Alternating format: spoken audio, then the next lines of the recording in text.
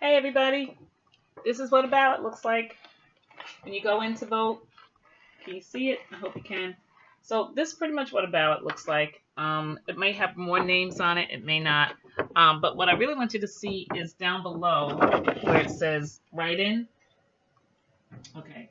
So what you would do, I'm running as a write-in candidate. What you would do is you would go up here to the top, find like if it says mayor or whatever it says here, you would come all the way down this aisle right here, and there's a block that's open, and it says write in right there. See where it says write in?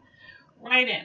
And so then you would just actually literally write the name in, write Ivy Reeves in, or the person that you wish to vote for. Okay, it's very easy. It's on every single ballot. Okay, everybody has it. It's always there. And you always have that option, so you don't always have to just vote for the people that are there. Because a lot of times, the people that are in there aren't really for you. I'm just telling you. You may think that they're there for you, but they're not.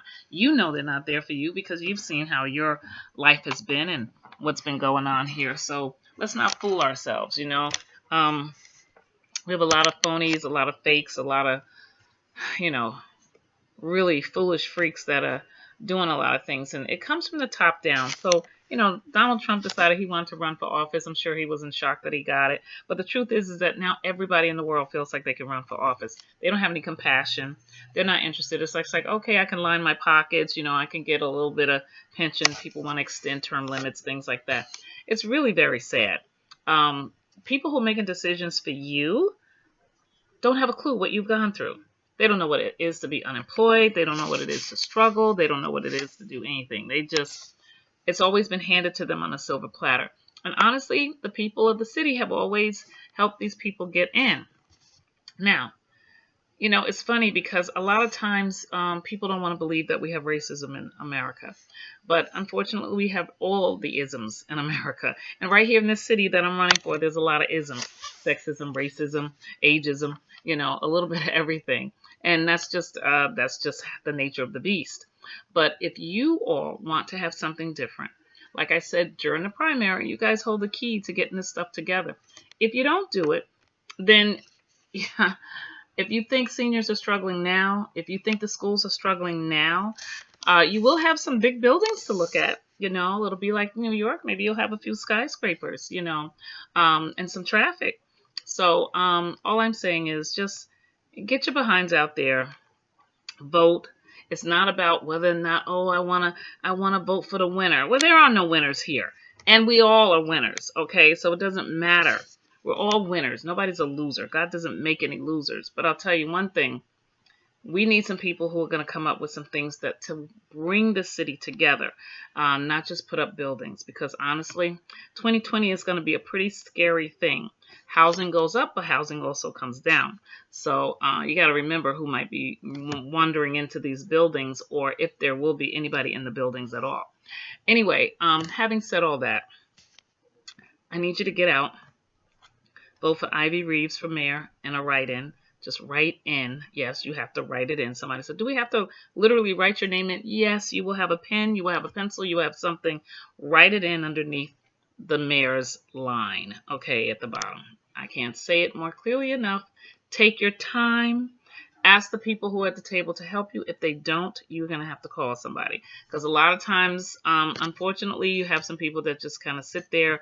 They don't want to, direct you. They're afraid that something's going to happen. Maybe it's going to affect their $250 or $25 or whatever. The truth of the matter is you're sitting at that table not just to find their names, but also to try to help the people.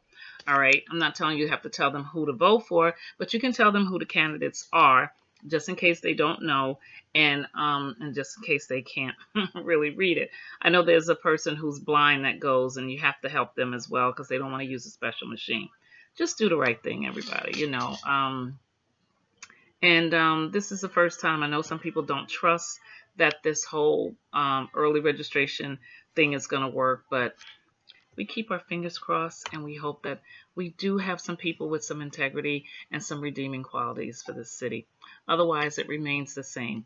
It's funny how, and one other thing, it's funny how certain people have to have all these qualifications to be able to run, while other people can just be snipped from their mother's umbilical cord, never did a thing, and don't even know how to make their bed or clean their room, and they can, take care of, thousands of people in their district or legislative district or a city council district or the city. That's amazing to me. But that's what all of you put up with. And so you really don't have anybody to blame but yourselves. Anyway, get out and vote. Take your time. Nobody's rushing you. Go in, feel relaxed, think about it, look at the names. If you need any help, hey, call me. I'll tell you. Anyway, I hope you guys do the right thing. Anyway, get out and vote. You have plenty of time, so there are no excuses this time. You had a Saturday, you had a Sunday, you have days in between. So if you're off from work, just get out there and do it, guys. Vote for Ivy Reeves for mayor. Okay, I'll talk to you later. Yeah. I know some people aren't going to like it.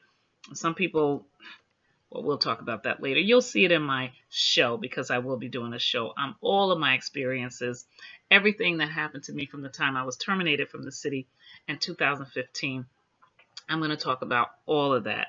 And I will give you my side since some people didn't even bother. It's amazing how people want so badly to be up in front and kissing the butt of some of these people. And some of these people know that their butts really get kissed when they get in office.